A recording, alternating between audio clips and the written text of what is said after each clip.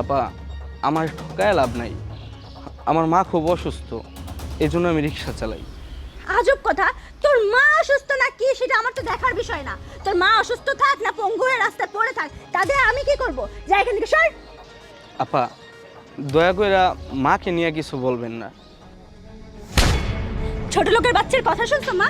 এই চালাস তো রাস্তায় রিক্সা, আবার এর মাকে নিয়ে নাকি কথা বলা যাবে না। এদের রাষ্ট্রের সম্মান। আমি তোর মাকে নিয়ে যা মন চাই তা বলবো, তুই আমার মুখে মুখে কোনো তর্ক করতে পারবি না। ছোট লোকের বাচ্চা কোথাকার।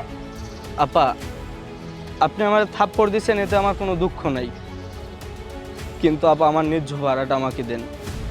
আপনি যদি ন্যায্য ভাড়াটা না দেন, তাহলে আমি আমার মায়ের চিকিৎসা করাতে পারবো না, ওষুধ কিনতে পারবো না। আর আমি যদি আমার মায়ের ওষুধ কিনতে না পারি, চিকিৎসা করাতে না পারি, তাহলে আমার মা বিনা চিকিৎসায় মারা যাবে। আন্টি, আপনি তো একজন মা,